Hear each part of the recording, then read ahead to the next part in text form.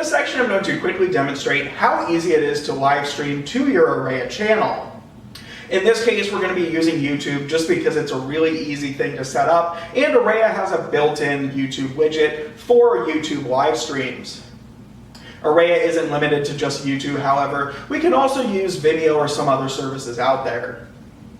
In this case, this example, we just have a nice big YouTube widget embedded in the background with a YouTube live stream link in it. And then on the other end here on my smartphone, I have the YouTube live streaming application, so I can start streaming just right from my phone. So as easy as going on my phone and hitting start stream, I can now stream myself to anybody watching my Arreya channel or even watching the YouTube live link.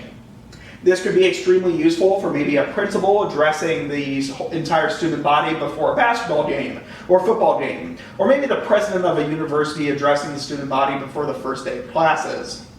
As easy as hopping on my smartphone, I can go and stream to anybody, a wide audience, whether they're actually on campus or at home.